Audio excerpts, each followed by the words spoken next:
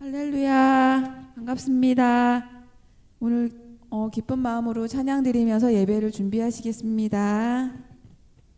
570장 주는 나를 기르시는 목자 찬양 드리겠습니다.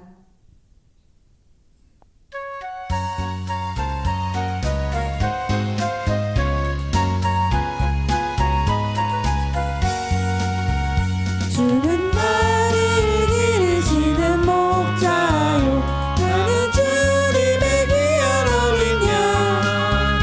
푸른 풀밭 맑은 시냇 물가로 나를 늘 인도하여 주신다.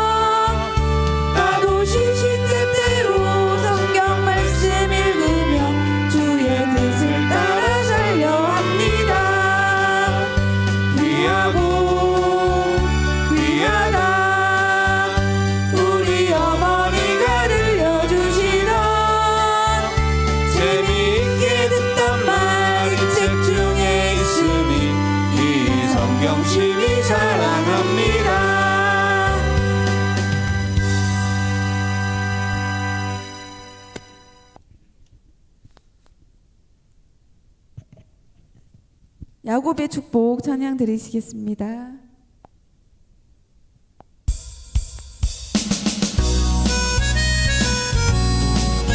박수 치면서 찬양 불러주세요.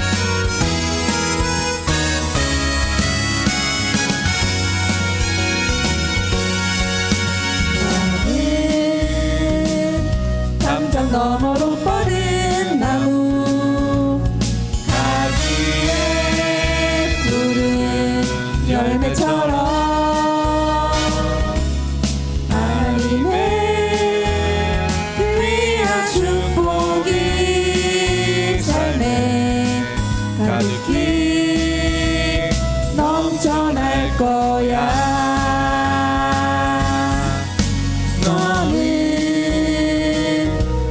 시련이 와도 능히 이겨내 강한 팔이 있어.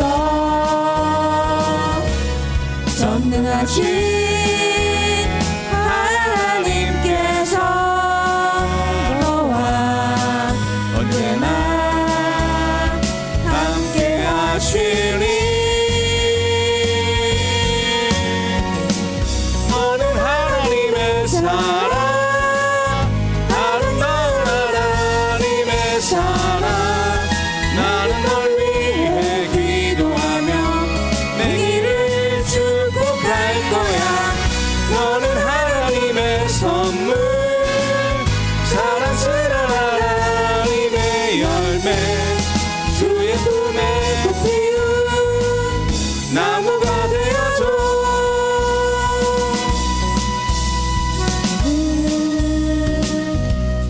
너머로 뻗은 나무 가지에 푸른 열매처럼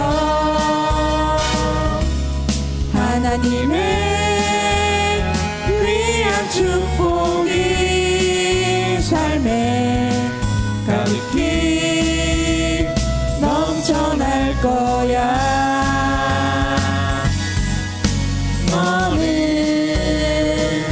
어떤 시련이 와도 능히 이겨내 강한 팔이 있어. 전능하신 하나님께서 너와 언제나 함께 하시리.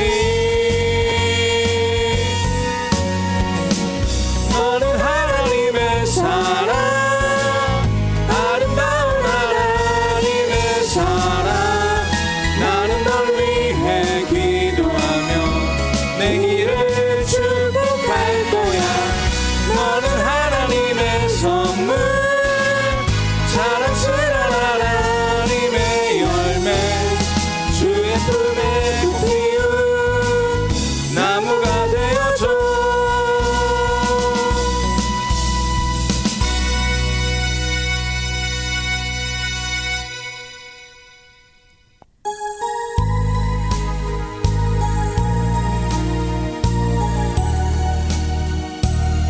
주께와 엎드려 찬양 드리시겠습니다.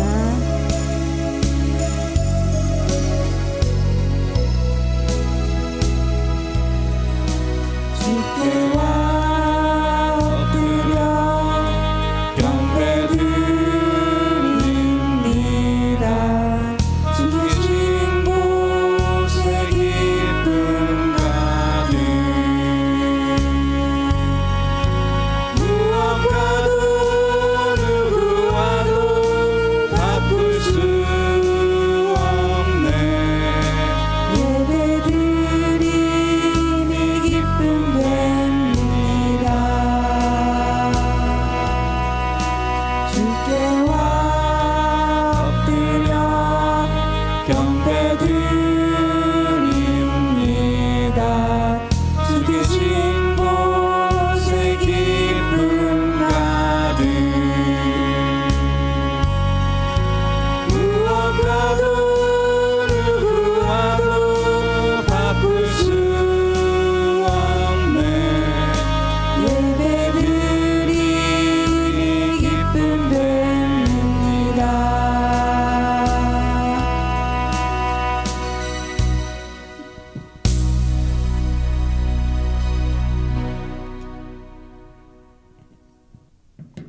예배 준비하시겠습니다. 감사합니다.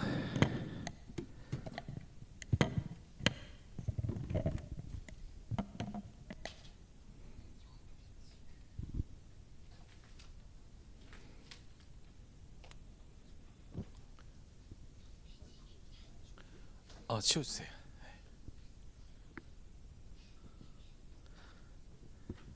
제가 오랜만에 반주자가 없어갖고 오랜만에 반주 기로 하다 보니까 조금 평소하고 좀 달랐던 것 같아요. 하여간 오늘 이렇게 비가 많이 오고 또 좋지 않은 날씨임에도 불구하고 예배 전에 오신 여러분을 진심으로 환영하고 감사의 말씀을 드립니다. 오늘도 기쁘고 감사한 마음으로 하나님께 순종하는 마음으로 5월 5일 주일 예배 하나님께 드리도록 하겠습니다. 다 같이 묵상으로 기도하겠습니다.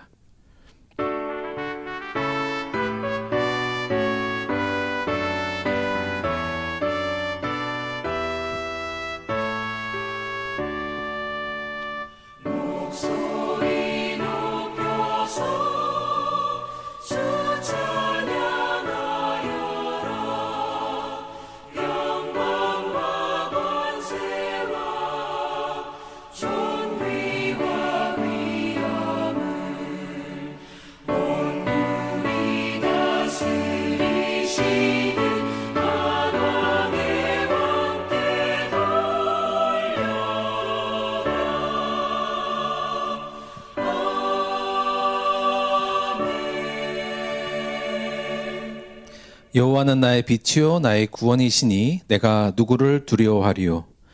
여호와는 내 생명의 능력이시니 내가 누구를 무서워하리요.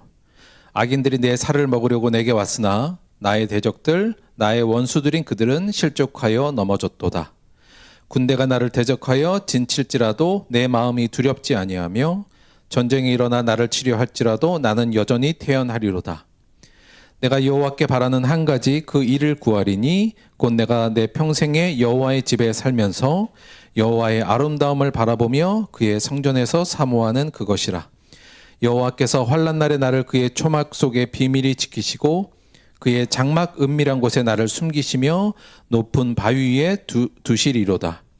이제 내 머리가 나를 둘러싼 내 원수 위에 들리리니 내가 그의 장막에서 즐거운 제사를 드리겠고 노래하며 여호와를 찬송하리로다. 아멘. 사도신경으로 신앙 고백 드리겠습니다.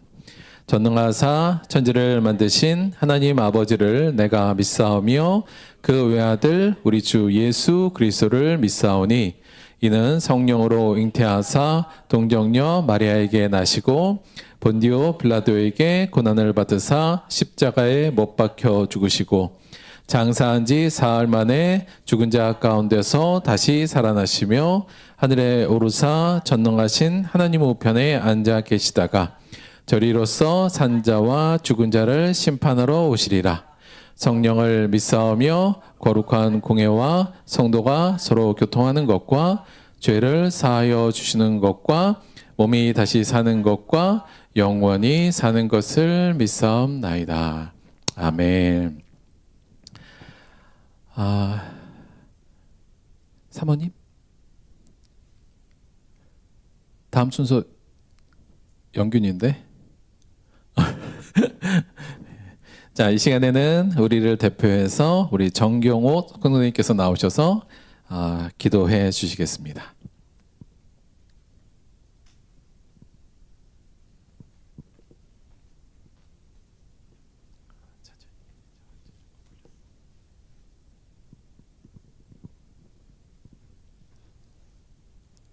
기도하시겠습니다.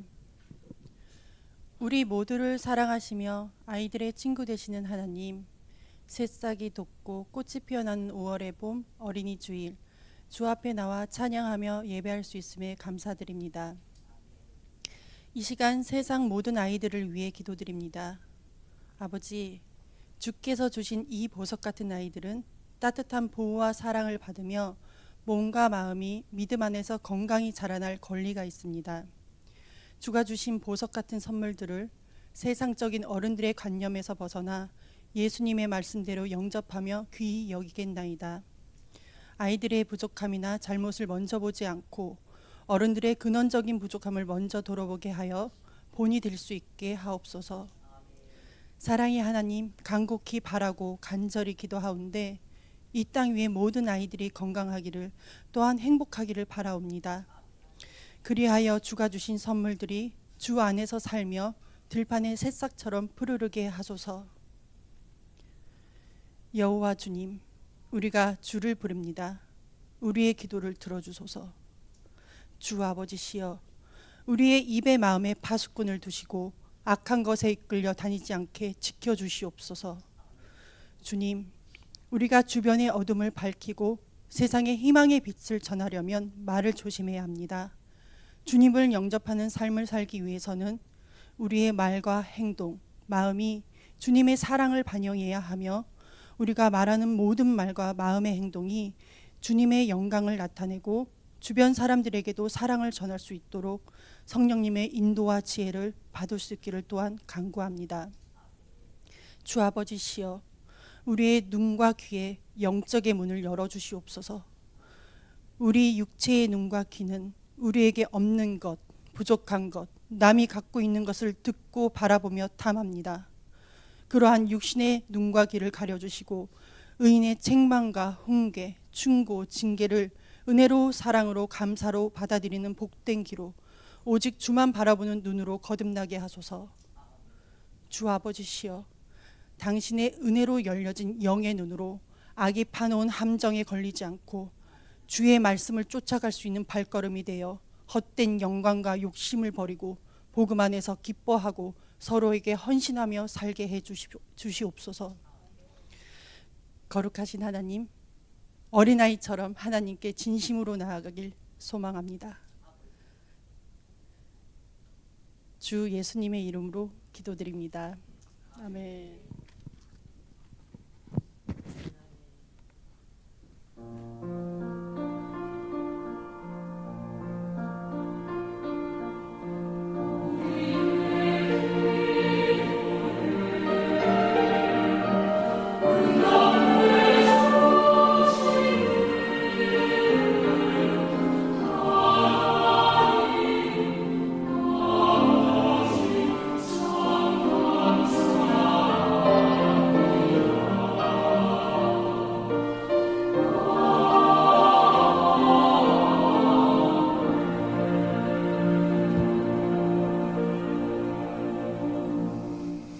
감사합니다. 자, 이번에는 오늘 특송 시간인데요. 약간 세팅 좀 잠깐 하도록 할게요. 오늘은 아신 것 같이 영균이하고 우진이가 같이 특송을 할 텐데, 아비나? 왜 끌려 나왔어? 잠깐만요. 우리 잠깐만 세팅 좀 해볼게요.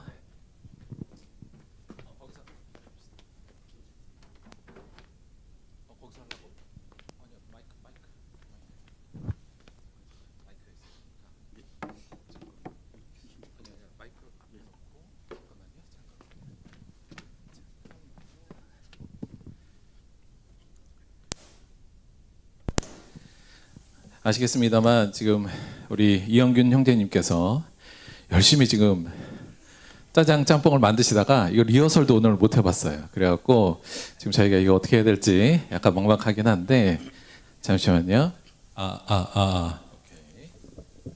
오케이.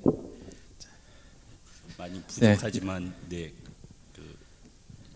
감사한 마음으로 찬양하겠습니다. 하여튼 일단 격려의 뜨거운 박수 한번 보내주세요. 감사합니다.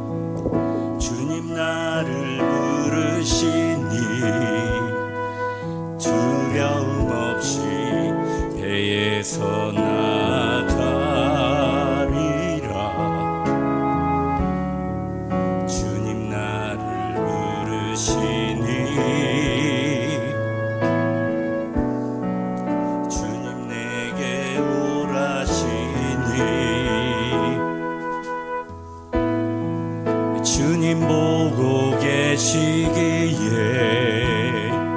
의심치 않고 바다를 걸어가리라. 주님 보고 계시기에 주님 여기 계시기에 주님 여기 계시기에 이 깊은 바다가 반석이 되고 주님 여기 계시기에 반석 위를 내가 걸어가리라. 주님 여기 계시기에 저 거친 파도가 반석이 되고 주님 여기 계시기에 반석 위를 내가 걷습니다. 주님 나를 부르시니 두려움 없이 배에서 나가리라. 주님 나를 부르시니 주님 내게 오라시니 주님 보고 계시기에 의심치 않고 바다를 걸어가리라. 주님 보고 계시기에 주님 여기 계시기에 주님 여기 계시기에 이 깊은 바다가 반석이 되고 주님 여기 계시기에 반석 위를 내가 걸어가리라.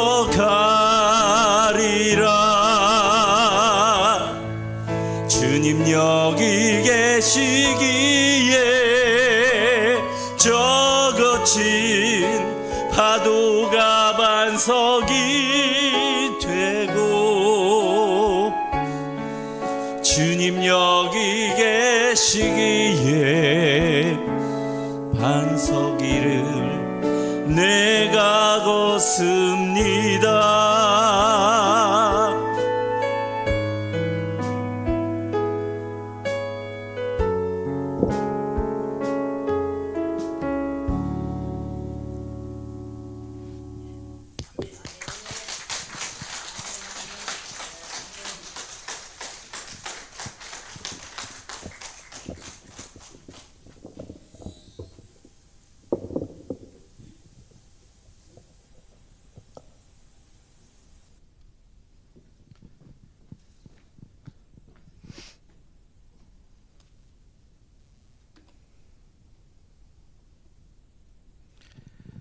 감사합니다. 그 메시지도 그렇고 찬양도 그렇고 뭐랄까요? 좀 삶이 동반돼야 은혜가 된다는 것을 조금 더 느꼈던 것 같습니다. 하여간 지금 짜장 짬뽕 볶다가 불이 나게 찬송 준비하셨는데 잘 해주시고 함께 해주셔서 너무 감사드립니다. 고맙습니다.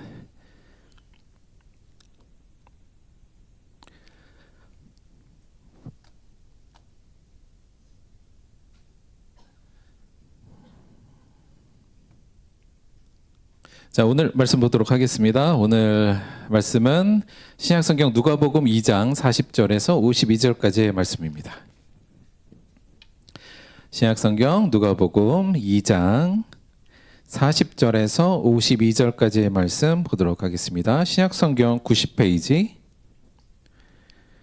신약성경 90페이지 누가복음 2장 40절에서 2장 마지막 절인 52절까지의 말씀 보도록 하겠습니다.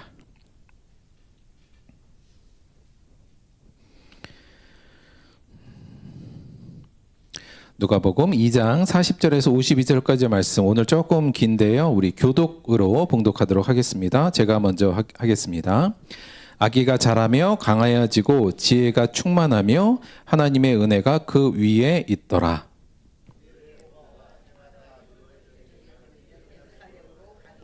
예수께서 12살 되었을 때 그들이 이 절기의 관례를 따라 올라갔다가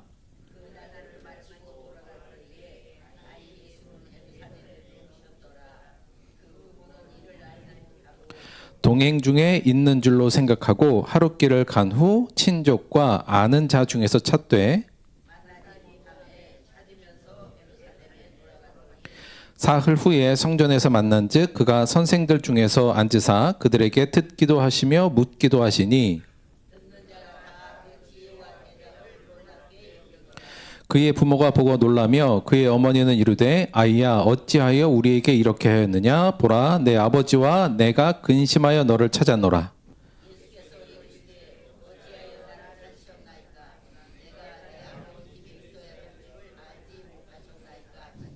그 부모가 그 하신 말씀을 깨닫지 못하더라.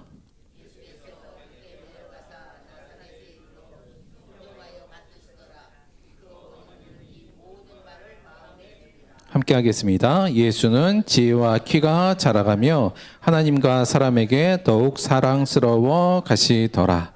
아멘.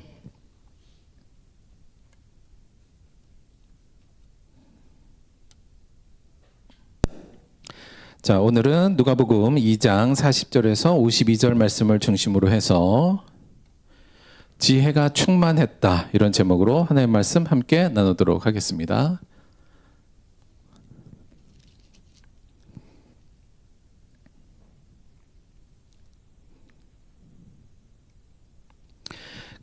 저희가 몇 주 전에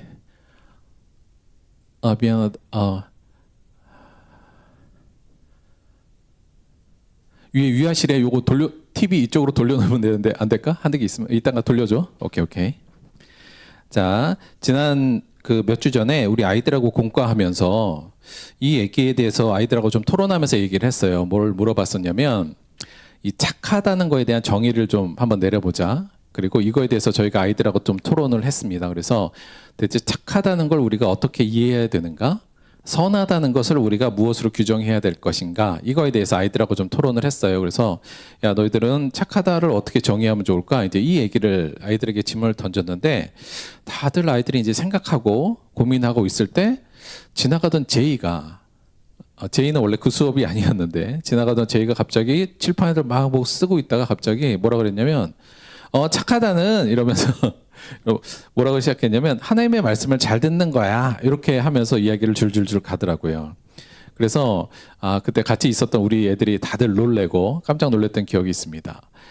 그 이후에 우리 다른 친구들도 착하다는 걸 어떻게 규정하냐에 대해서 여러 가지 얘기를 했는데 착하다는 배려하고 양보하는 거다, 이렇게 규정한 친구도 있었고요. 또 착하다는 것은 어렵고 힘든 사람을 도와주는 것, 그것이 착한 것이다, 이제 이렇게 말하는 친구들도 있었고, 궁극적으로는 선하다, 착하다는 것의 성경적 개념을 겸손과 온유로 이야기하기도 했습니다. 그러니까 자기를 자랑하지 않는 것, 그것도 착한 거고요.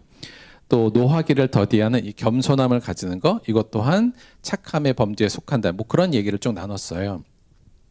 저희가 이 아이들하고 이 정의에 대해서, 착함의 정의에 대해서 함께 이야기했던 이유는 우리가 어떤 개념이 있잖아요. 착하다, 선하다, 이런 개념들은 그냥 저희가 머릿속으로는 대충 갖고는 있는데 이거를 우리가 구체화하지 않으면 사실 전진되기가 어려운 개념들이거든요. 그래서 이것을 좀 구체적으로 자기의 구체적인 행동 요령으로 정의하기를 바랬고, 또 하나의 중요한 건 뭐냐면 이게 자기 스스로가 이것을 정의하느냐 누가 한 얘기를 듣는 거냐는 또 굉장히 많이 다릅니다. 내 스스로가 생각하고 착하다는 게 무엇인지 고민해보고 그것으로 규정해보고 또 다른 친구들과 그 착하다는 개념에 대해서 서로 토론해보고, 사실 그 과정이 이 착하다는 개념을 내 마음속에 심고 또 그것을 바탕으로 그것을 나의 개념 또 나의 신념 나의 믿음으로 받아들일 수 있는 계기가 되거든요. 그래서 아이들하고는 이런 식으로 토론 수업을 좀 많이 하는 편이긴 합니다. 근데 아이들도 생각보다 굉장히 좋은 의견들도 많이 내줬고 착함에 대해서 생각하는 그런 시간들, 좋은 시간을 가졌었던 것을 기억합니다. 오늘은 좀 비슷하게 이걸 한번 정의를 내려보려고 그래요. 뭐냐면 지혜롭다, 이거에 대해서 정의를 좀 내려보려고 합니다. 자, 우리가 오늘이 또 어린이 주일이기도 하고 우리가 어린이들 위해서 함께 기도할 때 늘 얘기하는 건 뭐예요? 하나님, 이 아이가 지혜롭게 성장하기를 원합니다. 지혜를 주옵소서. 우리가 이런 기도를 많이 하죠, 아이들을 위해서. 대체 그럼 지혜롭다는 것은 뭔가? 이것 또한 우리가 스스로가 정의해보고 구체화해야만 우리 아이들을 위해서도 기도해 줄 수도 있고 더 나아가서 그것을 위해서 우리가 노력할 수 있으니까요. 그래서 이 지혜롭다에 대해서도 정의를 좀 해보면 좋겠는데, 여러분, 지혜롭다 어떻게 정의하면 될까요? 뭐가 지혜로운 건가요?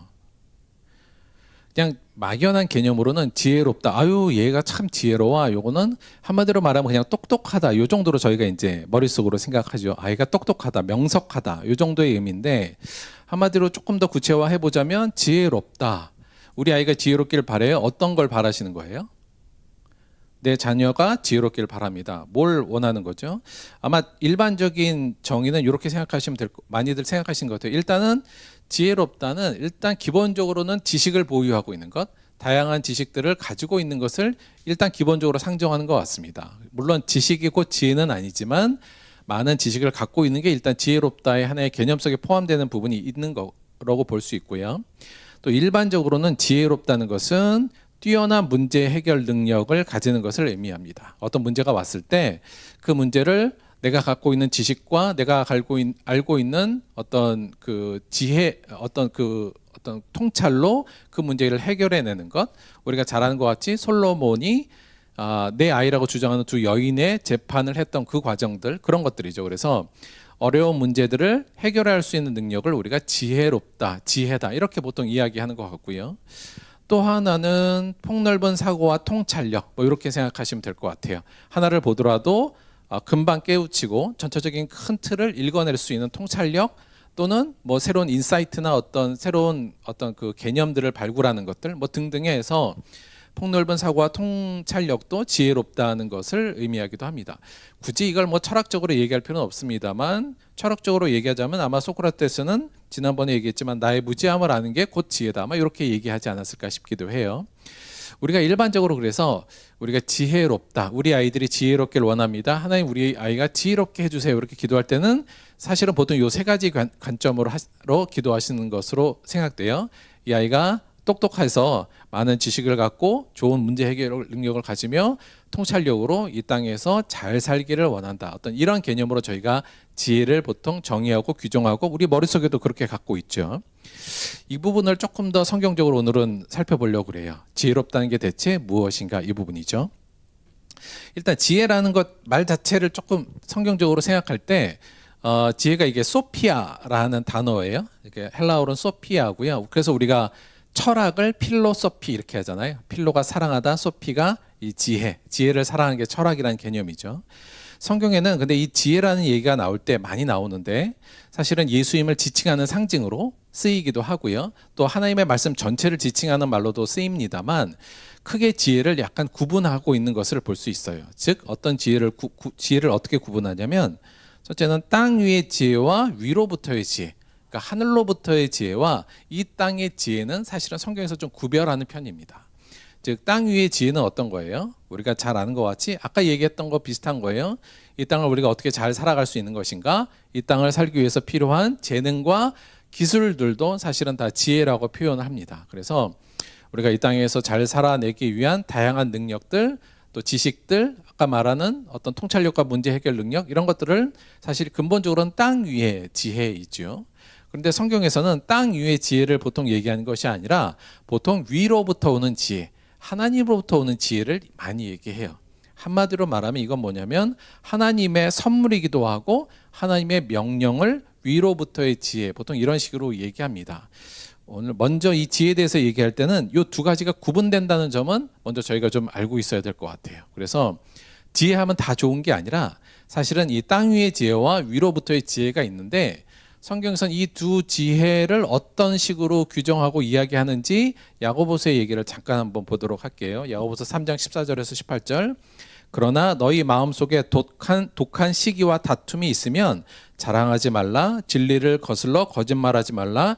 이러한 지혜는 위로부터 내려온 것이 아니요 땅 위의 것이요 정욕의 것이요 귀신의 것이니 시기와 다툼이 있는 곳에는 혼란과 모든 악한 일이 있음이라. 오직 위로부터 난 지혜는 첫째 성결하고 다음에 화평하고 관용하고 양순하며 긍휼과 선한 열매가 가득하고 편견과 거짓이 없나니 화평하게 하는 자들은 화평으로 심어 의의 열매를 거두느니라. 지금 야고보는 이 땅 위의 지혜들 이런 것들이 뭘 야기한다고 얘기하고 있냐면 시기와 다툼과 혼란을 야기한다 이런 식으로 얘기하고 있어요. 물론 우리가 이 땅 위에 있는 좋은 지혜들, 땅에서 필요한 지혜들도 사실은 좋은 역할을 하는 건 사실입니다. 무조건 배척할 것들은 아닌데 문제는 이러한 지혜들이 결국 뭐를 야기시키냐면 혼란과 시기와 다툼을 일으킨다는 게 지금 사도 야고보가 하는 이야기예요. 그래서 우리가 물론 이 땅에서 우리가 좋은 지혜를 갖고 지식을 갖고 기술을 갖는 게 좋지만 그것이 시기와 다툼과 혼란을 일으키는 것으로 사용될 때는 이건 정말 오늘 말씀처럼 귀신의 것이 되고 정욕의 것이 되는 거죠. 그래서 사실 성경은 이런 땅 위의 지혜는 굉장히 조심스럽게 얘기합니다. 그리고 그것이 궁극적으로 우리가 추구할 지혜는 아니라는 것을 이야기하죠. 대신 위로부터 난 지혜는 어떤 거라고요? 성결하고 화평하고 관용하고 양순하며 긍휼과 선한 열매가 가득하고 편견과 거짓이 없다. 이런 식으로 이야기를 하면서 우리가 추구해야 될 것은 뭐예요? 땅 위에 있는 지혜가 아니라 위로부터 있는 지혜를 추구해야 된다는 것이 사도 야고보와 성경 전체가 이야기하는 부분입니다. 먼저 우리가 지혜에 대해서 얘기할 때 이 부분은 꼭 하나 생각하셔야 될 것 같아요. 우리가 추구해야 될 지혜가 있는데 그것은 땅 위의 지혜가 먼저가 아니라 더 중요한 것은 위로부터의 지혜, 하나님이 주신 지혜라는 측면이죠. 이걸 구분하지 않고 모든 지혜를 다 받아들이려고 한다면 때로는 우리에게 시기와 다툼과 혼란을 야기시킬 수도 있고 혹 더 나아가서 우리가 귀신의 앞잡이가 되며 때로는 우리가 정욕에 이끌려갈 수 있는 모습이 되니까 이 부분은 우리가 명확하게 구별을 하고 또 조심해야 될 부분이 있다는 말씀을 먼저 드립니다. 자, 이제 그럼 성경에서 이 지혜롭다를 우리가 어떻게 규정할 것이냐, 어떻게 정의 내릴 것이냐, 우리 아이들이 지혜롭기를 원하는데 이 지혜롭다는 것을 어떻게 좀 더 구체화하고 정의 내릴 것이냐를 오늘은 좀 살펴보려고 하는데요. 오늘 그 내용을 소년 시절의 예수님의 이 에피소드를 가지고 한번 알아보려고 합니다. 사실 예수님에 대한 이야기 중에 이 예수님의 그 소년 시절의 이야기는 성경에 거의 나와 있지 않습니다. 그러니까 예수님이 탄생했을 때 이야기는 마태복음과 누가복음에 좀 나와 있지만 예수님의 그 이후의 삶, 소년 시절, 예수님의 공생에 하시기 전엔 30세 이전까지의 삶은 사실 성경에 거의 나와 있지 않습니다. 딱 한 군데 예수님의 소년 시절을 이야기하고 있는 것이 이 부분이에요. 누가복음. 그리고 누가복음 2장 오늘 저희가 읽은 부분이 12살 때 예수님에게 있었던 하나의 에피소드를 이야기하고 있거든요.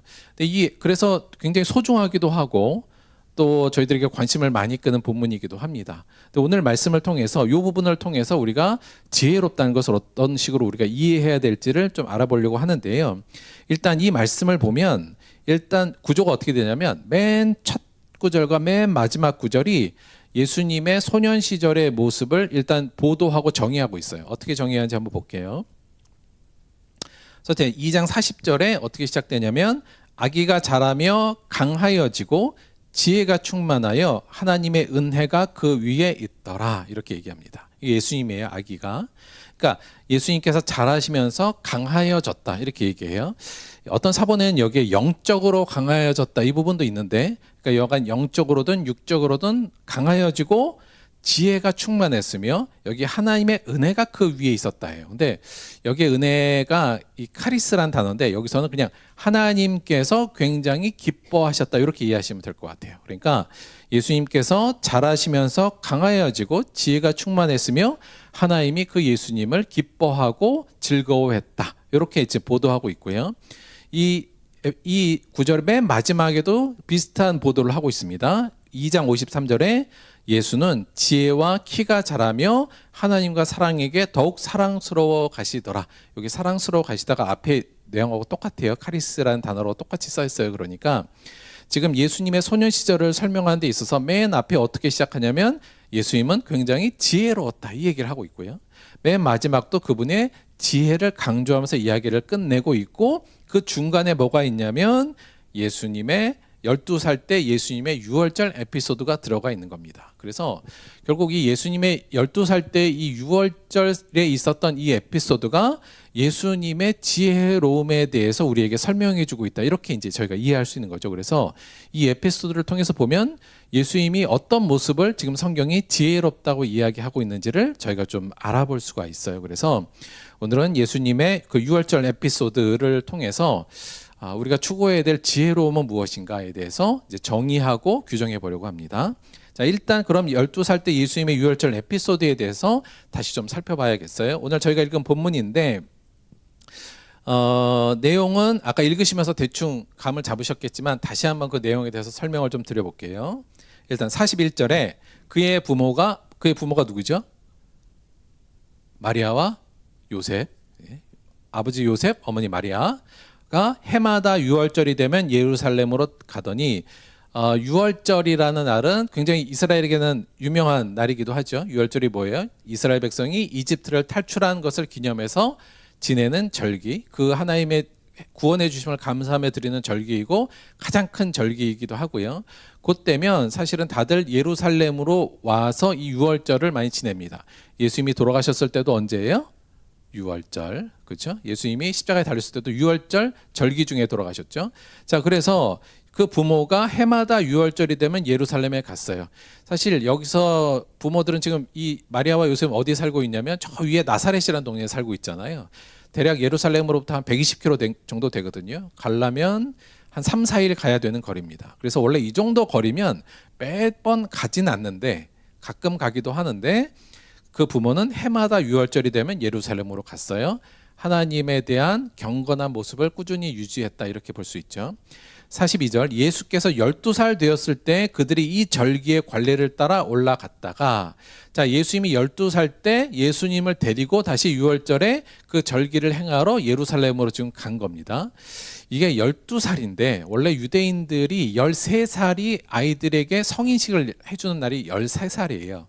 실제로 지금 이게 예수님께 그리고 성인이 되면 그 성인은 율법에 따라서 유월절에 이 절기를 행할 의무가 부여됩니다. 그래서 이게 12살 당시에는 12살로 돼서 그 의무 때문에 가신 건지 아니면 그 전임에도 불구하고 간 건지는 정확히는 모르겠어요. 그런데 여간 예수님이 12살 때 지금 12살이면 지금 누구 나이 정도 되는 거죠? 우리로 치면 하은이 효선이 나이 정도 그렇죠? 그 정도 나이가 지금 효선아 너 11살인가?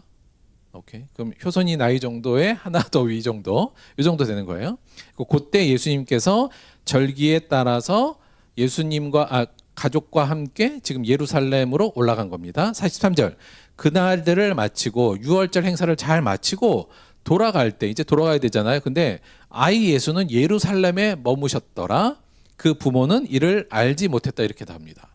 자 무슨 얘기냐면 예루살렘에 이제 가야 되잖아요. 그래서 다 같이 쭉 가는데 예수님은 예루살렘에 남고 부모는 나사렛으로 이제 가버린 겁니다. 그런데 조금 우리가 생각하지 못했던 건 뭐냐면 하루 44절 동행 중에 있는 줄로 생각하고 하룻길을 간 후에 친족과 아는 자 중에서 찾되 만나지 못해요.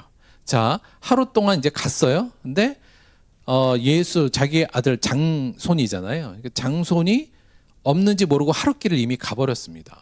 근데 생각해보면 야 어떻게 자기 자식이 있는지 없는지 모르고 어떻게 하룻길을 이미 갈 수가 있느냐 이런 생각이 들 수가 있는데 요거 생각하시면 이해는 돼요. 뭐냐면 이게 당시에 워낙 도둑들이 많으니까 중간에 도적들이 많고 강도들이 많으니까 사실은 여기 그냥 가족만 간 게 아니라 나사렛과 그 주변에 있는 많은 사람들, 친척들과 아는 사람들이 보통 뭉쳐서 갑니다. 그래야 이제 강도들로부터 보호할 수 있으니까. 그래서 아이들이나 여성들은 좀 앞으로 가고, 좀 뒤로 빼고, 그 다음에 좀 보초 쓰고 나름대로 방어하는 남자들은 좀 앞으로 가고, 이런 대형을 이루어서 보통 가거든요. 그러니까 그냥 요셉 같은 경우는 뭐 이렇게 지금 뭐 뒤에 애가 있겠지 이러고 가고 있었을 거고, 혹은 마리아는 또 앞에 아빠하고 있나 뭐 이런 식으로 생각을 했겠죠. 그래서 그냥 당시에 친척들하고 아는 사람들하고 그 대열에 섞여갔기 때문에 우리 예수도 있겠구나 하고 갔는데 하루 동안 가봤더니만 있다 보니 없는 거예요. 자, 어떻게 됐을까요? 부모의 입장은 무너지는 거죠. 이게 무너져요. 그래갖고 지금 마리아와 요셉이 눈이 뒤집어져 가지고 다시 그 왔던 길로 둘이 이제 돌아갑니다. 그래서 45절 만나지 못함에 찾으면서 예루살렘으로 돌아갔더니, 중간에 어디서 흘린지 모르니까 중간중간을 다 이제 찾은 거예요. 그러니까 보통 이쯤 되면 거의 사람이 거의 요즘같이, 그렇죠? 아이가 잘 보호되는 사회도 아니고, 당시에는 뭐 그냥 납치도 쉽게 일어난 시대에 지금 자기 자녀가 없어졌으니 얼마나 지금 그랬겠습니까? 아마 밤 미쳐서 애를 찾으면서 다시 예루살렘으로 마리아와 요셉이 지금 돌아가고 있습니다. 없어요. 그래서 결국 어디까지 갔냐? 예루살렘으로 가죠. 그래서 간 게 하루, 다시 찾으러 온 게 하루. 그래서 지금 이틀이 지났습니다. 예수는 뭐 먹고 있었을까요? 걱정했겠죠, 부모가. 얘는 어디서 잤으며 대체 뭘 먹고 있으며 막 걱정이 막 됐을 거예요. 그런데 사흘 때 성전에 가서 예수를 찾은 겁니다. 그래서 46절, 사흘 후에 성전에서 예수를 만났는데, 놀랍게도 예수가 뭐 하고 있어요? 예수님께서 그가 선생들 중에 앉아서 그들에게 듣기도 하고 묻기도 하니, 성전에 앉아서 당시에 그 예루살렘에는 워낙 그 성경 교사들, 율법사들이 많으니까 그 사람들하고 곁에 앉아서 율법의 하나님의 말씀에 대해서 듣기도 하고 그것을 묻기도 하고 토론하고 있었던 거예요. 12살짜리가. 자, 그런데 지금 부모는 그게 눈에 보이진 않죠. 지금 일단 찾았다는 안도감도 있고, 그때 보통 느끼는 감정이 뭐죠? 분노도 일어나죠. 이게 이렇게 되지 않겠습니까? 당연히.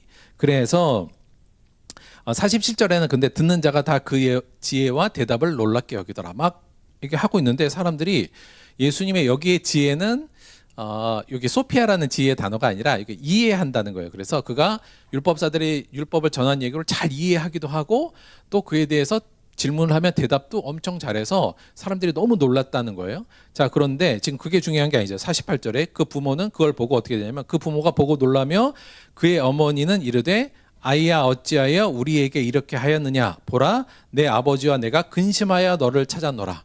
이게 이제 문장으로 썼으니까 이렇게 됐지, 실제로 했으면 어떻게 됐겠어요? 우리라면 어떻게 됐겠어요? 난리 난 거예요. 지금 애를 잡고 막 너가 뭐 왜 이랬냐 막, 그쵸? 붙잡고 뭐 너 나를 죽이려고 그래, 하여튼 뭐 별의별 소리를 다 했겠죠.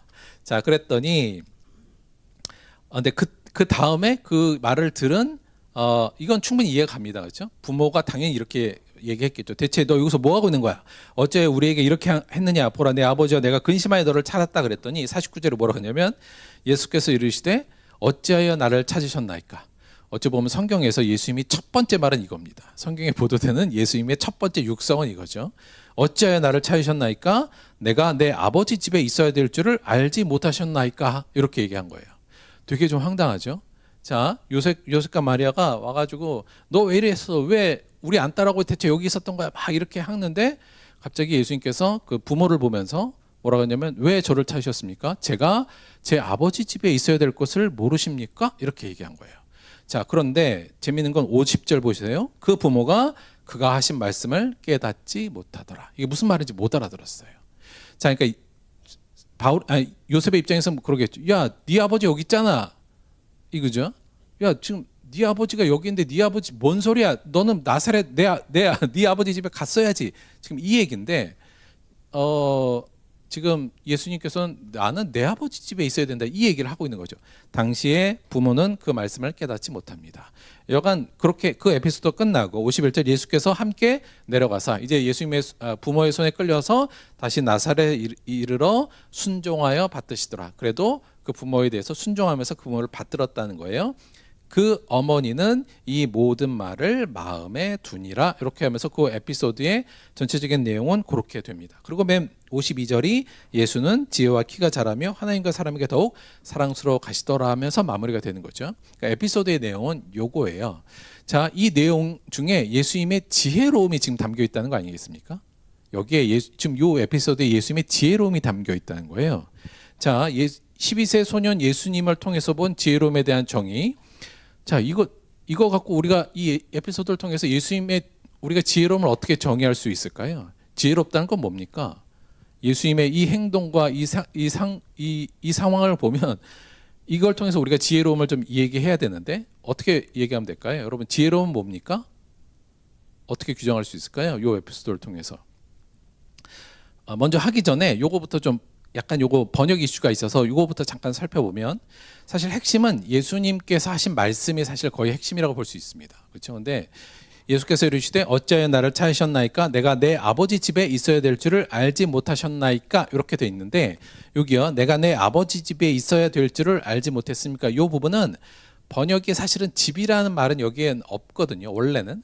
그래서 사실 이건 번역이 약간 의역인데 이 부분은 번역을 이렇게 할 수도 있습니다. 뭐냐면 내가 내 아버지의 일을 해야 한다는 것을 알지 못하십니까? 이렇게요. 우리 성경에서도 보면 이 두 가지 번역이 다 밑에 각주로 좀 써 있어요. 그래서 사실 뭐가 더 맞느냐는 저희가 정확하게는 알 수가 없는데 저는 이 두 번째 번역이 조금 더 맞지 않나. 왜냐하면 그 누가복음 전체 안에서 성전을 아버지 집이라고 표현한 적이 별로 없거든요. 그래서 저는 사실 둘 다 이해가 저는 둘 다 중의적으로 썼다고 보는데 여간 내 아버지 집에 있어야 될 줄 모르십니까? 또는 내가 내 아버지의 일을 해야 한다는 것을 알지 못하고 있습니까? 지금 이렇게 얘기한 거죠. 자, 정리를 좀 해보면 12세 소년 예수님을 통해서 본 지혜로움에 대한 정의, 지혜로운 것은 무엇인가? 이 에피소드가 얘기하는 첫 번째 지혜로움은 이렇게 얘기할 수 있을 것 같아요. 첫째, 자신이 누구인지에 대해서 바르게 아는 게 지혜입니다. 즉, 나의 정체성에 대해서 바르게 아는 게 지혜라는 거예요. 자, 예수님께서는 지금 두 가지의 정체성을 가슴에 담고 있다는 것을 우리가 알 수 있어요. 첫 번째 정체성은 뭐냐면 12세 소년이에요. 첫 번째 정체성은 자신을 창조주 하나님의 아들로서 지금 인식하고 있죠.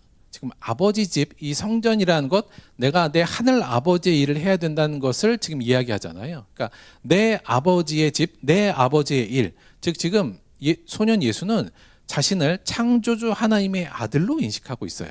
사실 이것도 굉장히 민감한 문제인데 뭐냐면 대체 예수님은 언제 자기가 그리스도이며 하나님의 아들이라는 자의식이 생겼을까? 이것도 사실 되게 어려운 문제거든요.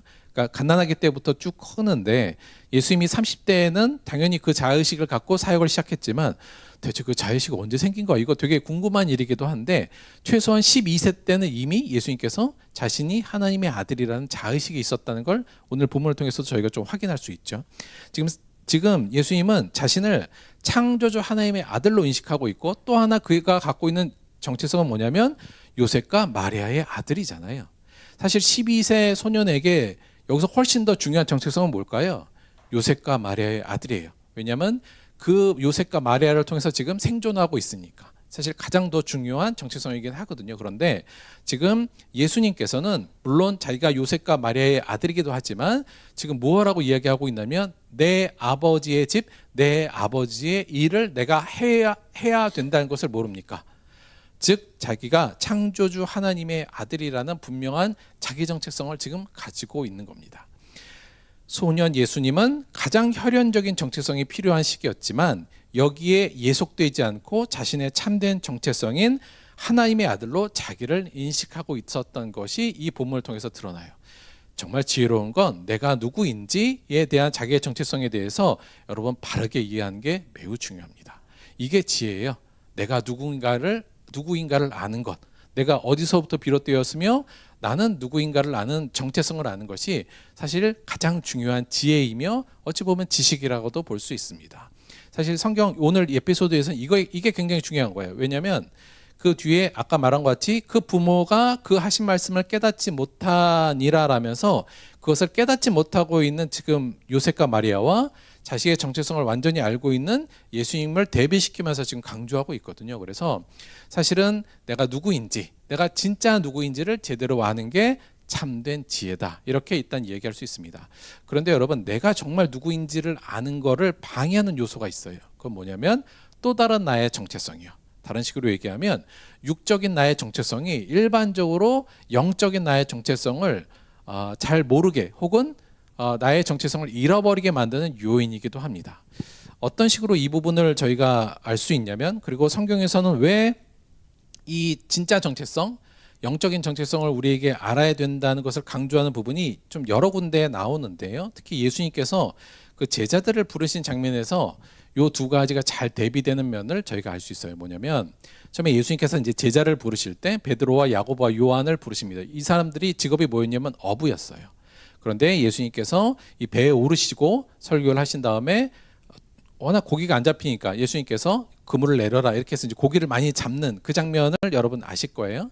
그러고 나서 예수님께서 뭐라고 하냐면 베드로 보고 나를 따르라. 이제 네가 사람을 낚을 것이다 이렇게 얘기하죠. 더 이상 고기를 낚는 게 아니라 사람을 낚을 것이다 이렇게 얘기하면서 베드로를 부르시는데, 그때 베드로와 함께 있었던 야고보와 요한 제자들이 했던 행동이 뭐예요? 그들이 베드를 육지에 대고 모든 것을 버려두고 예수를 따르니라 이렇게 보도합니다.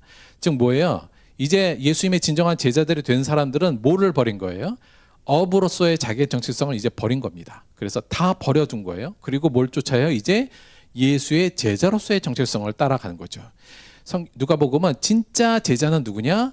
옛 육적인 정체성에 매이는 것이 아니라 새롭게 부여된 하나님의 자녀로서 그리스도의 제자로서의 정체성을 부여잡는 것이 진정한 제자라는 얘기를 이 얘기를 통해서 하고 있는 겁니다. 여기뿐만 아니라 굉장히 강조된 게 많은데, 우리가 예전에도 봤지만 세리, 마태, 레위 마태를 부르는 장면에도 마찬가지예요. 예수님께서 이게 마태복음에서는 우리가 마태라고 나와 있고요. 우리가 누가복음에서는 레위라고 이름이 나와 있는데 세관장이요. 세리였던 레위를 예수님께서 지나가다 부르시죠. 내 제자로 부르십니다. 그때 레위가 했던 것도 똑같아요. 뭐라고 하냐면 레위라 하는 세리가 세관에 앉아 있는 것을 보시고 나를 따르라 하시니 그가 모든 것을 버리고 일어나 따르니라. 이제 레위는 더 이상 자기를 세리의 정체성을 내려놓고 육적인 정체성을 내려놓고 이제 예수의 제자로서의 정체성을 따라가는 모습으로 그려집니다. 사실 이거와 반대되는 이야기도 있죠. 우리가 잘 아는 것 같이 예수님을 찾아왔던 한 부자 관원이 있었어요. 그가 예수님에게 어떻게 하면 영생을 얻었습니까? 물어봤을 때 예수님께서 율법을 지켜라. 그랬더니 관원이 저는 다 지켰는데, 그랬더니 예수님께서 뭐라고 하셨어요? 한 가지 부족한 것이 있으니 네 재산을 다 가난한 자들에게 주고 나를 쫓으라 그러죠. 그때 이 부자 관원에 대한 행동은 뭐였어요? 그 사람이 큰 부자이므로 이 말씀을 듣고 심히 근심하더라. 이 사람은 예수님의 제자가 되는 걸 실패합니다. 왜요? 그동안에 자기에게 지금 있는 자기 정체성, 어떤 정체성이에요?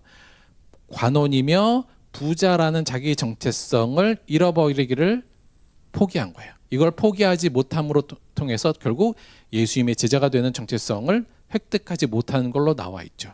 다시 말하면 성경에서는 정말 중요한 것은 내가 누구인지를 아는 건데, 그 누구인지를 방해하는 것 중에 가장 핵심적인 게 뭐냐면 육적인 정체성입니다. 내 육적인 정체성이 진짜 내 영적인 정체성을 잃어버리게 하는 부분이며, 진정한 내 자신을 이해하고 내 자신을 발견하는 것은 근본적으로는 육적인 정체성을 포기하는 것으로부터 온다는 것을 성경은 이야기하고 있어요. 정리하자면 이 땅의 육적인 정체성이요, 내가 누구누구의 아들이요, 또 어디에 사는 사람이요, 내가 누구의 우리 부모가 누구요, 이런 육적인 정체성도 있고, 또 우리의 사회적 정체성이 있잖아요. 나는 내 직업은 뭐고 내 사회적 위치는 뭐고, 또 경제적인 정체성이 있어요. 나는 부자이고 어떤 가난한 사람이고 사회적으로 실패한 자이기도 하고 성공한 자이기도 하고, 이런 다양한 이 땅을 살아가면서 생기는 그런 정체성들, 이 땅의 정체성으로 자기를 이해하는 것이 아니라 나를 이 땅에 있는 정체성으로 이해해서 나는 성공자요, 실패자요, 부자요, 가난한 자요, 이런 식으로 자기를 규정하는 것이 아니라 성경이 전하는 본질적인 자기 정체성, 즉 나는 하나님의 피조물이요, 그의 자녀요, 예수 안에서는 예수 그리스도의 제자라는 자기 이해를 기반으로 길을 잃지 않고 살아가는 것이 지혜로움이다, 이 얘기를 하고 있는 거죠. 여러분, 이 육적인 정체성으로 나를 바라보면 늘 길을 잃어버릴 수밖에 없습니다. 끊임없이 또 다른 정체성을 갖기 위해서, 더 높은 정체성을 갖기 위해서 늘 길을 잃어요. 어떻게 살아야 될지도 모르고 어디로 가야 될지도 모릅니다. 그런데 여러분, 그거를 일단 내려놓고, 육적인 정체성, 사람들은 그 육적인 정체성으로만 우리를 바라보지만 그걸 내려놓고 성경이 우리에게 주시는 진정한 우리의 이해, 정체성, 우리는 본질적으로 하나님의 피조물이며 자녀이며 예수 그리스도의 나는 제자라는 그 정체성을 나의 이해의 가장 근원에 두면 우리는 길을 잃지 않습니다. 흔들리지도 않고 다른 데로 가지도 않아요. 그렇게 살아가는 것이 곧 지혜로움이다. 즉 자기의 정체성을 제대로 알고 있는 것이 지혜로움이라는 것이 오늘 본문을 통해서 저희가 알 수 있는 지혜로움의 첫 번째 정의라고 할 수 있습니다. 잃어버리면 안 되죠. 근데 우리는 너무 자주 잃어버려요. 입술로는 나는 하나님의 피조물이요 하나님의 자녀 그리스도 제자라고 늘 얘기하지만 그것은 사실은 내 삶의 저 끝에 있고 내 앞에는 더 큰 정체성, 이 땅의 육적인 정체성을 더 구하고 찾기 위해서 애쓰지 않습니까? 더 많은 정체성을 갖지 못해서, 육적인 정체성을 갖지 못해서 슬퍼하고, 더 정체성을 갖기 위해서 시기하고 질투하고 미워하는 모습을 갖는 게 우리의 모습이죠. 이것을 일단 좀 걷어내야 진짜 내 정체성이 내 앞으로 나와서 나를 이끌어 가는데, 사실 우리가 그러지 못한 것이 현실입니다. 진짜 지혜로움은 그러나 나의 진정한 정체성을 제대로 바라보는 것, 내가 하나님의 아들이며 그의 피조물이고 예수의 제자라는 것을 잊지 않는 것, 그것이 곧 지혜로운 것이며, 저는 우리 아이들도 꼭 그렇게 되기를 바랍니다. 우리 아이들이 이 땅에서 되고 싶은 것이 많잖아요. 알고 있습니다. 그러나 그거보다 내가 하나님의 피조물이요 하나님의 자녀가 되었고 그리스도의 제자가 되었다는 그 정체성을 자기의 정체성에 1번으로 놓을 때 그는 길을 잃지 않고 끝까지 하나님의 나라 문 앞까지 갈 것이기 때문에 우리 아이들이 이 정체성을 분명히 알게 되기를 같이 기도하고 그렇게 되기를 바랍니다. 자, 두 번째 지혜로움의 내용은 뭐냐? 지혜로운 건 뭐냐? 오늘 예수님의 소년 시절의 말씀을 통해서 이렇게 얘기할 수 있을 것 같아요. 사실은 이건 1번하고도 마찬가지인데, 두 번째, 내가 있어야 할 곳과 내가 해야 할 일을 아는 것이 지혜입니다. 내가 있어야 할 장소와 내가 해야 할 일을 제대로 알고 있는 것이 지혜다, 이렇게 이해할 수 있어요. 우리 소년 예수님은 하나님의 아들로서 자신이 하나님의 말씀인 율법을 배우고 익히고 연구하는 일에, 그리고 그것이 가능한 곳에 머문 곳으로 나와 있습니다. 내 정체성이 명확하면 그것을 위해서 내가 뭘 해야 되는지, 그리고 어디에 있어야 되는지를 명확히 아는 거예요. 진정한 지혜란 내가 있어야 할 곳과 내가 해야 될 일을 아는 것, 그것이 또한 지혜라고 우리가 이해할 수 있을 것 같습니다. 오늘 우리 쪽으로 약간 환원해서 이걸 생각하면, 여러분, 우리는 어디에 있어야 되고 뭘 해야 될까요? 하나님의 자녀로서, 그의 그리스도의 제자로서요, 우리는 어디에 있어야 하며 무엇을 해야 되는가, 이걸 알아야 우리가 지혜로운 거니까요. 간단하게만 좀 정리를 좀 해보면 크게 두 가지로 좀 얘기할 수 있을 것 같아요. 첫째, 우리가 있어야 할 곳은 일단 교회입니다. 성도들의 모임. 왜냐하면 우리가 사실 이게 제가 말씀드리지만 제가 막 꼭 주일 성수해야 된다 이거 막 강조하지 않고, 예배보다도 뭐 다른 것들도 강조하는 게 굉장히 많잖아요. 그럼에도 불구하고 우리가 교회라는 곳에, 우리의 성도들의 모임, 이 교회에 우리가 머물러야 되는 근본적인 이유는 이 교회를 통해서 우리의 정체성이 확립되고 강화되기 때문에 그렇습니다. 우리 교회 와서 하는 일들이 뭐예요? 말씀 공부하고, 말씀 듣고, 연구하고, 하나님 또 예배하고, 기도하고, 찬송하고, 더 나아가서 성도들 간의 교제를 통해서 우리는 이게 사실은 우리의 근본적으로 내가 누구인가를 우리를 잊지 않게 만들어주는 가장 근본적인 요소입니다. 그래서 나 뭐 교회 가는 거 뭐 별론데 이런다 할지라도 사실 교회를 떠나기 시작하면 점점 내 정체성이 사라지게 돼요. 내가 누구인가를 점점 잊어먹습니다. 내가 하나님의 자녀이고 그리스도의 제자임을 자꾸 잊어버리는데, 우리가 교회에 나오는 것, 행동 그 자체가 내가 그리스도인임을, 그 정체성을 확실히 내가 각인하는 요소로서 작용을 해요. 저는 이걸 약간 유니폼 효과 정도로 생각합니다. 유니폼. 여러분, 군인이 일반 평상시 사복을 입을 때하고요, 군복을 입을 때 느낌이 확 달라집니다. 그러니까 군복을 딱 입으면 자신이 군인이라는 정체성이 확 드러나요. 저도 군대에 있을 때 퇴근하고 그냥 일반 사복 입으면 이렇게 되는데요, 딱 들어와서 군복만 딱 입으면 군인으로서의 정체성이 사실 쫙 들어오거든요. 사실 이런 유니폼 굉장히 중요합니다. 그런 의미로. 그런 것 같이 우리가 교회라는 곳에 오래 머무르고 교회에서 하는 행동을 할 때 우리 안에 이 정체성을 잃어버리지 않게 돼요. 그래서 우리가 교회에 머물고 교회에서 뭘 해야 돼요? 열심히 하나님의 말씀을 공부하고 연구하며 하나님을 찬송하고 기도하고 서로 교제하는 것, 이것이 우리가 있어야 할 곳이며 우리가 해야 될 가장 기초적이고 중요한 내용입니다. 그런데 역사적으로 보면 이렇게 했다고 그 정체성이 확립되는 게 어렵다는 것을 사실 성경에서 많이 보여줘요. 사실 바리새인들이 제일 많이 했던 게 이 부분이었거든요. 그러나 이게 사실 유니폼이 그런 의미가 있죠. 그러니까 매일 있다 보면 이게 이제 의미가 점점 사라지는 게 느껴집니다. 그래서 물론 유니폼으로서의 의미도 중요하지만 더 중요한 것, 우리가 정체성을 잊어버리지 않기 위해서 또 정체성을 더 확립하기 위해서 우리가 있어야 될 것은 근본적으로는 우리의 삶의 자리이고요. 교회 외의 삶의 자리에서 우리가 하나님의 자녀로서 예수님의 제자로서 우리가 해야 될 일을 끊임없이 하는 것, 그것이 곧 지혜입니다. 그럼 뭘 해야 되냐? 우리의 삶의 자리에서 뭐 여러 가지 이야기를 할 수 있습니다만 우리가 아까 읽은 야고보서의 말씀으로 가름하자면 오직 위로부터 난 지혜는 첫째 성결하고 다음에 화평하고 관용하고 양순하며 긍휼과 선한 열매가 가득하고 편견과 거짓이 없나니 화평하게 하는 자들은 화평으로 심어 의의 열매를 맺느니라. 내 삶의 자리에서 성결하게 생활하고요. 사람들과 화평을 맺고 사람들을 관용하게 바라보며 온유하고 양순하고 사람들을 긍휼하게 여겨서 또 사람들을 편견을 가지고 바라보지 않고 거짓 없이 행동해서 화평을 심어서 의의 열매를 맺히는 것, 그것이 우리가 그리스도인으로서 올바른 하나님의 자녀로서 예수님의 제자로서 우리가 해야 될 일이죠. 마땅히 해야 될 일, 그리고 우리가 가야 될 삶의 자리에서 이런 것을 하는 게 곧 지혜이다, 이렇게 저희가 정의할 수 있습니다.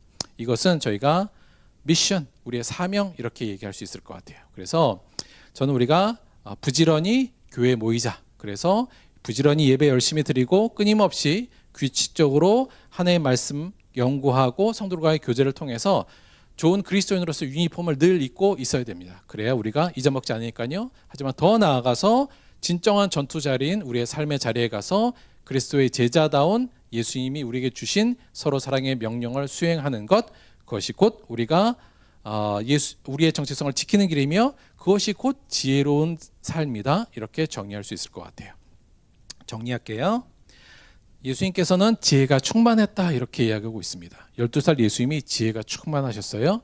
뭘 통해서 우리가 지혜를 충만했다, 예수님을 통해서 어떻게 정의할 수 있냐면 그 부분을 이제 정리를 할게요. 첫 번째, 여러분, 우리 아이들이 지혜가 충만하고 하나님의 기쁨이 되기를 저는 간절히 소망합니다. 우리 아이들을 위해서 기도도 하고 저도 교육도 하고 애들하고 교제도 하지만 궁극적인 목표는 우리 아이들이 정말 지혜가 충만하기를 원합니다. 그리고 그들의 삶이 하나님의 기쁨이 되기를 원합니다. 그것이 우리 교회가 존립하는 목적이기도 하고 우리가 해야 될 가장 중요한 사명이며 우리가 나아가야 될 길이죠. 여러분도 함께 이걸 위해서 우리가 노력하고 함께 나아가야 한다고 생각합니다.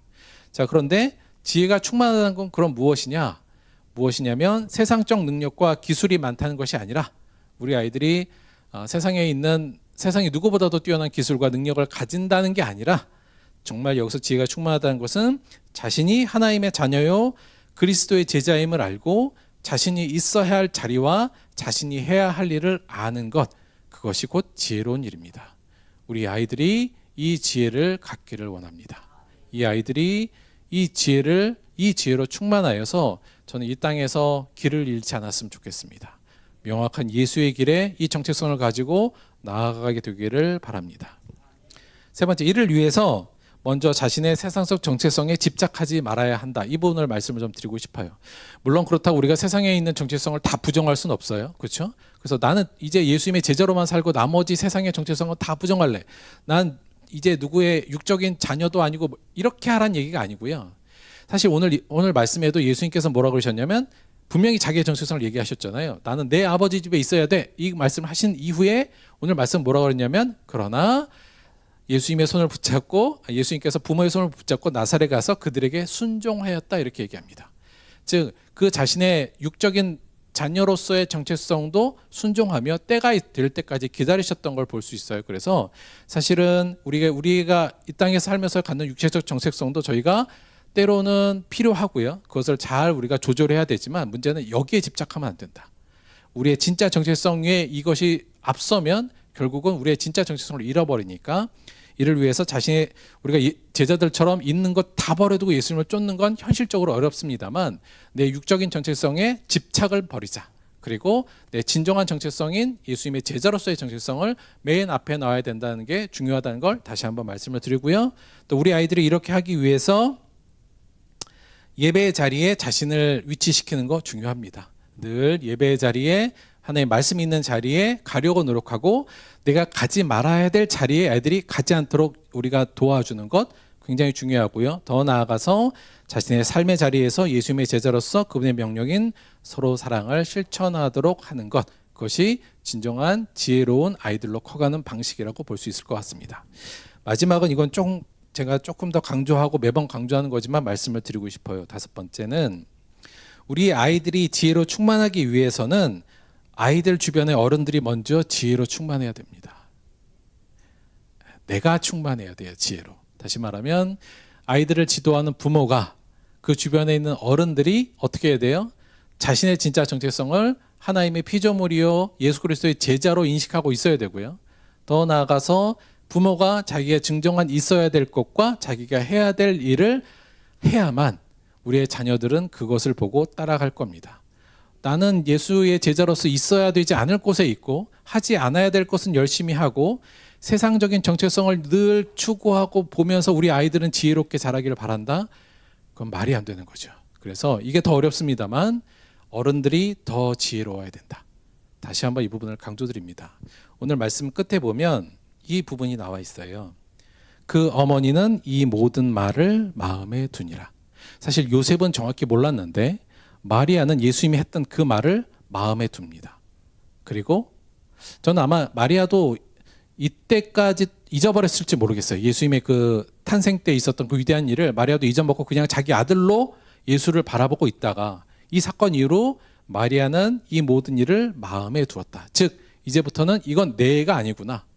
하나님의 자녀이며 하나님의 자녀로 키워야 된다는 것. 내 자식으로서의 욕심은 이제 나는 버리고 하나님의 아들로 자신의 사명을 감당할 수 있도록 예수를 내가 서포트하고 보조해야겠다는 생각을 아마 가졌던 것으로 이 본문 말씀은 이해할 수 있을 것 같습니다. 그래서 아마 마리아는 그 이후에 예수님을 자기 아들로 삼은 게 아니라 또 혹은 자기의 욕심을 이루기 위한 자기의 자녀가 아닌 하나님의 사명을 받은 하나님의 자녀로 인정하고 키웠을 것이라고 믿습니다. 이게 우리가 필요할 겁니다. 우리 자녀들이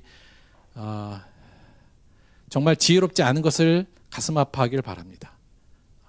그리고 우리 아이들이 정말로 지혜로운 것에 하나님이 기뻐하듯이 우리도 기뻐할 때 우리 아이들이 진정으로 지혜가 충만한 모습으로 살아가게 될 겁니다. 우리 사랑하는 들복교회 성도님들, 우리 아이들, 우리 부모님들, 그리고 우리 함께하는 모든 어른들이 이 지혜로 충만하여서 하나님의 진정한 뜻을, 꿈을 이 땅에 이루고 마지막 날 우리가 하나님 앞에 섰을 때 당당하고 그 앞에 영광을 누리는 저와 여러분 모두가 되기를 진심으로 축원드립니다.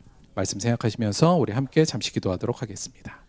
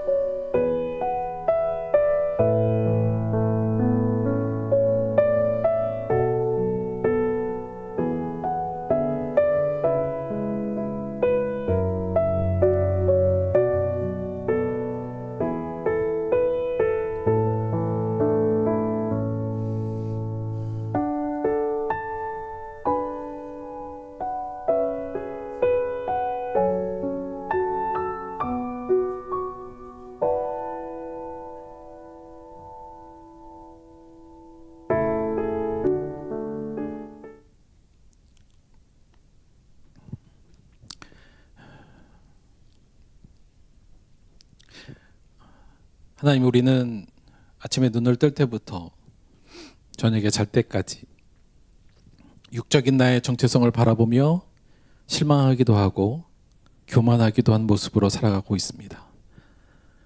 이것이 얼마나 무지하며 어리석은 일인지 깨닫게 하여 주옵소서. 하나님, 세상적 정체성이 아니라 성경이 우리에게 전하는 우리의 정체성을 발견하게 하여 주옵소서. 마음에 새기게 하여 주옵소서. 그 진리가 우리를 이끌게 하여 주옵소서. 이 땅의 정체성에 매이지 않고 내가 하나님의 피조물임을, 하나님이 진정으로 사랑한 자녀임을, 그리고 위대한 예수 그리스도의 사명을 감당하는 제자임을 잊지 않게 하여 주시고 그의 합당한 장소에 가게 하시며 그의 합당한 일을 하는 우리가 될 수 있도록 인도하여 주옵소서. 그 길이 이 어두운 세상에서 길을 잃지 않고 생명으로 가는 길임을 잊지 않는 우리가 되게 도와주옵소서.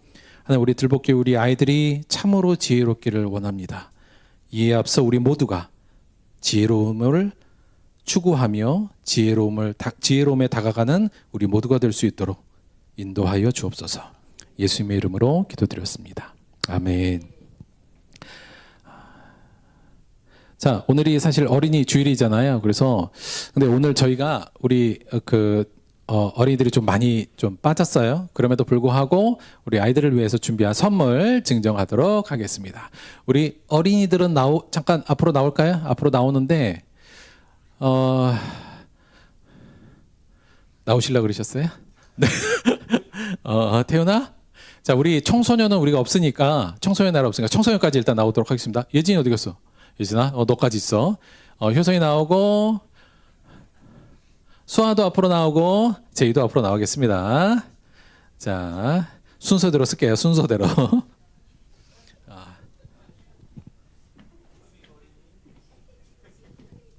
사실은 여기 우리 지우도 지금 껴 있고요. 하은이, 하율이는 지금 지방에 있어서 지금 못 왔고, 하여튼 우리 아이들이 좀 많이 빠졌어요. 여간 이해해 주시고, 오늘 못 받은 선물은 다음 주에 빠짐없이 다들 드리도록 하겠습니다. 잠깐만요. 우리 아이들 다 볼 수 있도록 화면 좀 조정하고. 뭐야, 딸랑 4명인가 우리? 수아까지.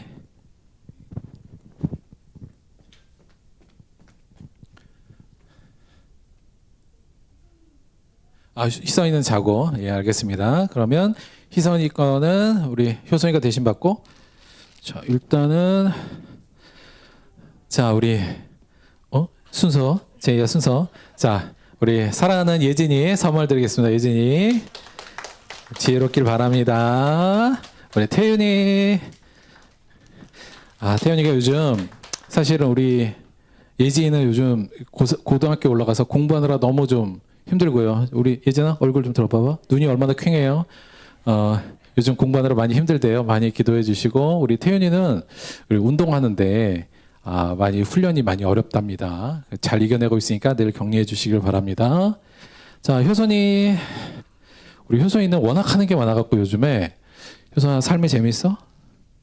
효선이는 근데 모든 걸 배우는 걸 너무 좋아하고 해서 요즘 삶이 재밌을 것 같아요. 늘 기도해 주시고. 제이. 자, 제이. 제이 선물. 제가 요즘 한참 글을 열심히 읽고 있어요. 우리 제이를 위해서 늘 기도해 주시고 격려해 주시고, 우리 제이의 그 끼가 날로 발전하길 바랍니다. 자, 우리 요거는 수아야. 수아 선물. 수아 선물. 우리 수아를 위해서도 열심히 기도해 주시기 바랍니다. 자, 일단 효선아, 네가 희선이 거 가져가자. 희선이 거다. 희선이 거. 오케이. 자, 우리 나머지 친구들 온라인으로 보고 있는데 다음 주에 다 드릴 거예요. 수아야 잠깐만. 자, 야, 어디가. 자, 다 모이고. 자, 모이고.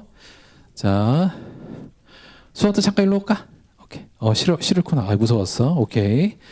한 2주 빠졌더니 조금 낯설죠. 자, 우리 아이들이 저는 공부도 열심히 하고 운동도 열심히 하고 다 좋은데요. 무엇보다도 말씀드린 것 같이 우리 아이들이 지혜롭기를 바랍니다. 세상 어디 가서도 길을 잃지 않고 하나님의 자녀로서 잘 살 수 있도록 항상 기도해 주시고 격려해 주시기 바랍니다. 자, 차렷 경례. 감사합니다. 수고하셨어요. 소야 들어가자.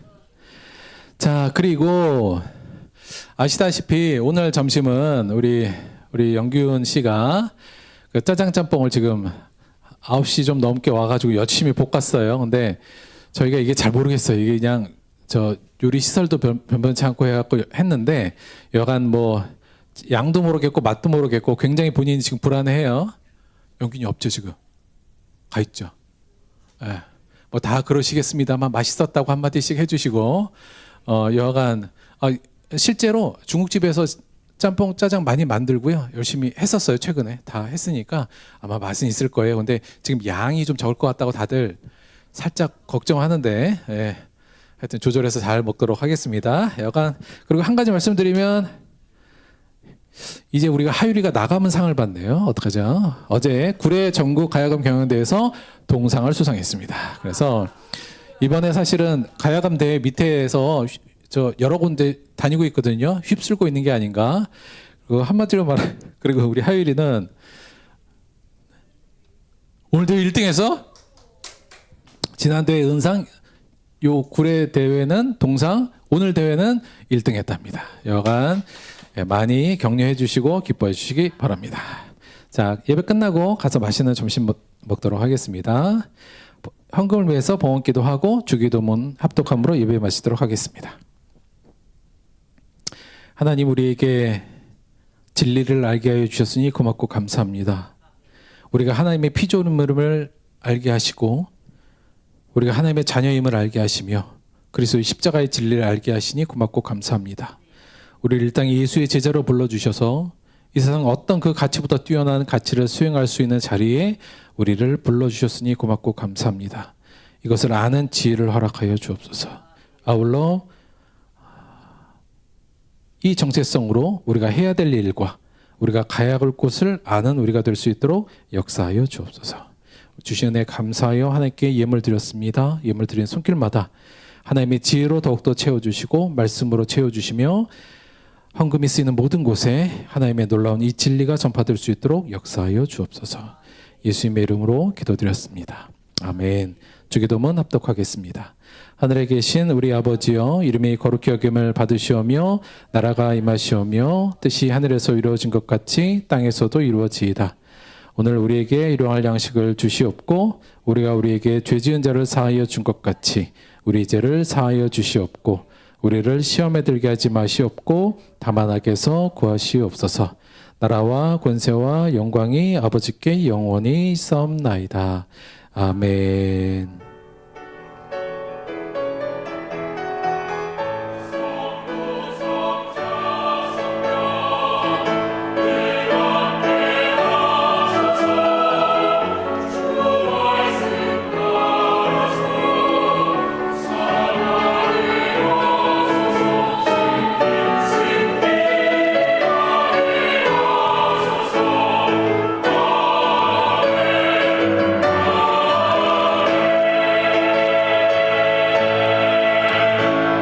하나님께 감사의 박수 드리겠습니다.